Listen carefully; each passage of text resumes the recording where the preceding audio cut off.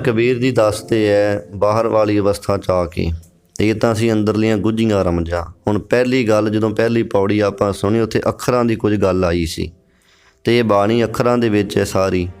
ਹੁਣ ਦੱਸਦੇ ਹੈ ਕਬੀਰ ਸਾਹਿਬ ਜੀ, ਉਹ ਕਾਜੀ ਨੇ ਜਿਵੇਂ ਪੁੱਛਿਆ ਹੋਣਾ, ਕਾਜੀ ਸਾਹਿਬ ਆਪ ਕਿਰਪਾ ਕਰਕੇ ਦੱਸੋ ਕਿ ਸਾਡੀਆਂ ਜਿਹੜੀਆਂ ਤਰੀਕਤਾਂ ਨੇ, ਸ਼ਰ੍ਹਾ ਦੀਆਂ ਕਿਤਾਬਾਂ ਹਨ, ਕੁਰਾਨ ਹਨ, ਫਿਰ ਇਸੇ ਤਰ੍ਹਾਂ ਪਾਂਧਾ ਕਹਿੰਦਾ ਮਹਾਰਾਜ ਸਾਡੇ ਜਿਵੇਂ ਵੇਦ ਪੁਰਾਣ ਹਨ, ਸੁਰਤੀਆਂ ਸਿਮਰਤੀਆਂ ਸ਼ਾਸਤਰ ਨੇ ਜਿੰਨੇ ਵੀ ਸਾਰੇ, ਅਤੇ ਫਿਰ ਇਹ ਤਾਂ ਬਿਅਰਥ ਹੋ ਗਏ। ਤੁਸੀਂ ਕਿਹਾ ਸੀ ਉੱਪਰ ਕਿ ਇਹ ਅੱਖਰ ਖਿਰ ਜਾਹੇਂਗੇ, ਵੀ ਅੱਖਰ ਸਾਰੇ ਨਾਸ ਹੋ ਜਾਣ ਵਾਲੇ ਨੇ, ਅਤੇ ਜਿਹੜੀ ਅਵਸਥਾ ਦੀ ਤੁਸੀਂ ਗੱਲ ਕਰ ਰਹੇ ਹੋ ਉੱਥੇ ਇਹਨਾਂ ਅੱਖਰਾਂ ਦੀ ਲੋੜ ਵੀ ਨਹੀਂ ਹੈਗੀ, ਉਹ ਤਾਂ ਹੋਰ ਹੀ ਗੁੱਝੀ ਕੋਈ ਅਵਸਥਾ ਹੈ।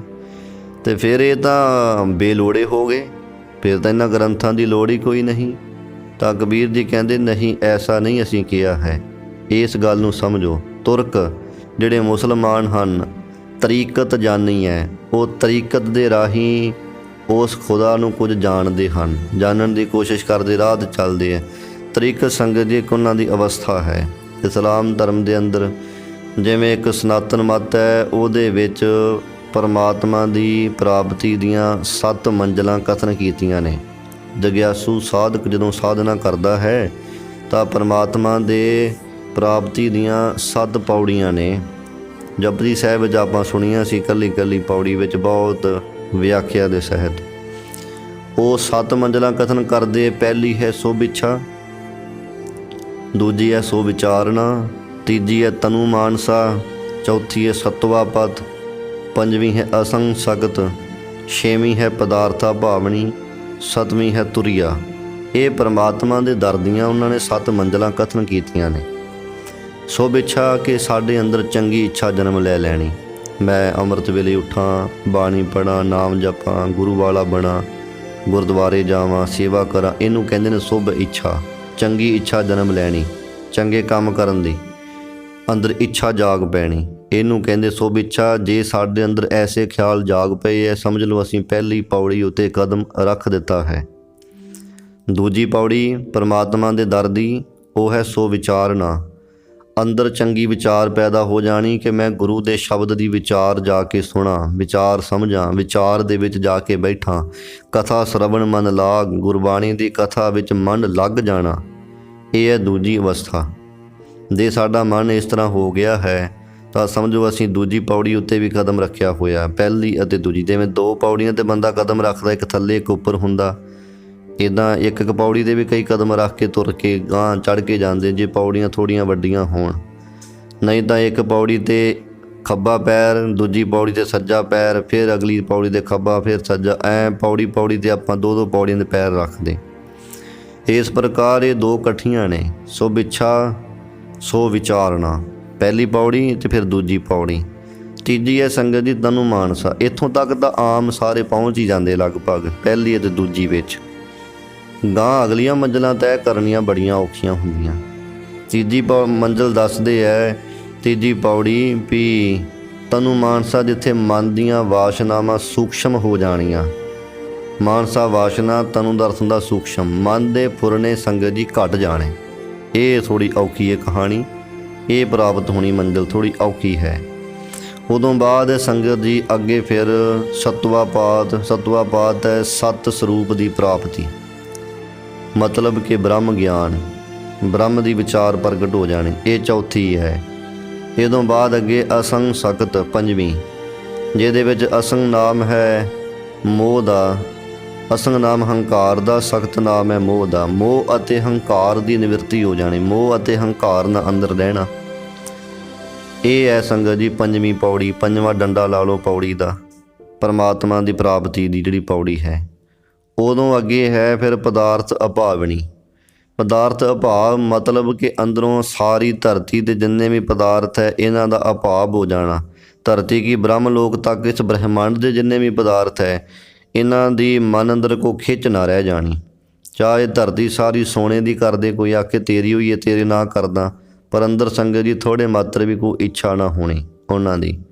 ਐਸੀ ਅਵਸਥਾ ਜਦੋਂ ਅੰਦਰ ਹੋ ਜਾਵੇ ਤਾਂ ਸਮਝ ਲਓ ਕਿ ਉਹ ਮਨੁੱਖ 6ਵੀਂ ਪੌੜੀ 'ਤੇ ਪਹੁੰਚ ਚੁੱਕਾ ਹੈ। ਉਦੋਂ ਬਾਅਦ 7ਵੀਂ ਹੈ ਤੁਰੀਆ। ਤੁਰਿਆ ਬ੍ਰਹਮ ਗਿਆਨ ਭਾਵ ਪ੍ਰਮਾਤਮਾ ਦੇ ਨਾਲ ਮਿਲਾਪ ਦੀ ਅਵਸਥਾ ਹੈ। ਇਹ 7 ਪੌੜੀਆਂ ਹਿੰਦੂ ਮੱਤ ਵਿੱਚ ਵਿਦਾਂਤੀ ਜਿਹੜੇ ਲੋਕ ਹੈ ਉਹ ਕਥਨ ਕਰਦੇ ਨੇ। ਇੱਥੇ ਕਬੀਰ ਜੀ ਇਸਲਾਮ ਮੱਤ ਦੀ ਗੱਲ ਕਰਦੇ ਹੈ, ਅਤੇ ਇਸਲਾਮ ਮੱਤ ਵਿੱਚ ਜਿਹੜੇ ਸੂਫੀ ਸੰਤ ਨੇ, ਜਿਨ੍ਹਾਂ ਵਿੱਚੋਂ ਬਾਬਾ ਫਰੀਦ ਸਾਹਿਬ ਜੀ ਜਿਵੇਂ ਸੂਫੀ ਹੋਏ ਸਨ, ਇਸ ਤਰ੍ਹਾਂ ਜਿਹੜੇ ਸੂਫੀ ਸੰਤ ਹੈ ਉਹਨਾਂ ਨੇ ਵੀ ਸੰਗਤ ਜੀ ਖੁਦਾ ਦੇ ਦਰ ਦੀਆਂ 4 ਮੰਜ਼ਲਾਂ ਕਥਨ ਕੀਤੀਆਂ ਨੇ। ਉਹਦੇ ਵਿੱਚੋਂ ਪਹਿਲੀ ਮੰਜ਼ਲ ਨਾਸੂਤ ਦੀ ਹੈ, ਜਿਹਨੂੰ ਇਨਸਾਨੀਅਤ ਕਹਿੰਦੇ ਕਿ ਸਭ ਤੋਂ ਪਹਿਲਾਂ ਬੰਦੇ ਨੂੰ ਇਨਸਾਨੀਅਤ ਸਿੱਖਣੀ ਪੈਂਦੀ। ਹਾਂ, ਗਿਆਨ ਹੈ ਕਿੱਥੇ ਵੀ ਹੋਵੇ ਲੈ ਲੈਣਾ ਚਾਹੀਦਾ ਹੈ।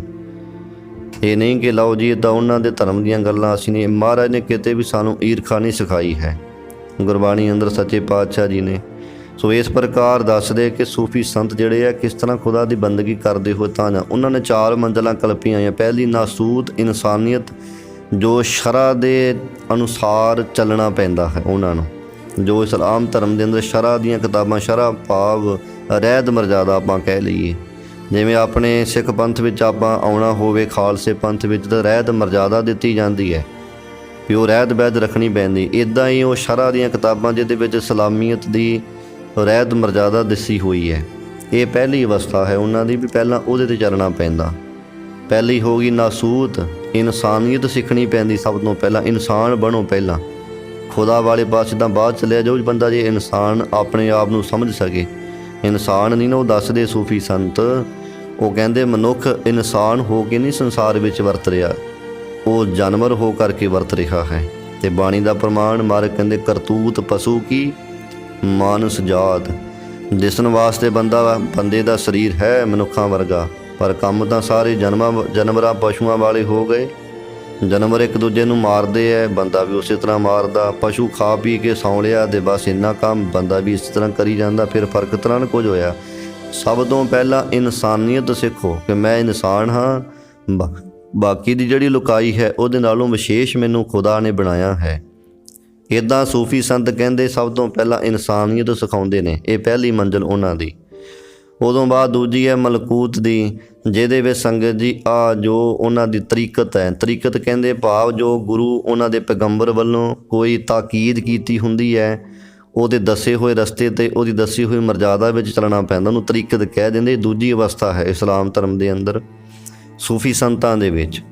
ਉਹ ਫਿਰ ਸੰਗਤ ਜੀ ਮਲਕੂਤ ਭਾਵ ਆਪਣੇ ਗੁਰੂ, ਆਪਾਂ ਇੱਧਰ ਗੁਰੂ ਕਹਿ ਦਿੰਦੇ, ਉਹ ਪੈਗੰਬਰ ਕਹਿ ਦਿੰਦੇ ਹੈ। ਪੈਗੰਬਰਾਂ ਦੇ ਦੱਸੇ ਹੋਏ ਜਿਹੜੇ ਉਪਦੇਸ਼ ਹੈ, ਉਹਨਾਂ ਉਪਦੇਸ਼ਾਂ ਦੇ ਰਾਹੀਂ ਫਿਰ ਚੱਲਣਾ, ਵੀ ਜੋ ਉਹਦੇ ਵਿੱਚ ਉਪਦੇਸ਼ ਦਿੱਤਾ ਹੋਇਆ ਹੈ ਉਸ ਉਪਦੇਸ਼ ਦੀ ਕਮਾਈ ਕਰਨੀ। ਇਹ ਦੂਜੀ ਅਵਸਥਾ ਹੈ। ਇਹ ਤੋਂ ਬਾਅਦ ਅੱਗੇ ਸੰਗਤ ਜੀ ਫਿਰ ਆਉਂਦੀ ਜਬਰੂਤ ਦੀ ਅਵਸਥਾ।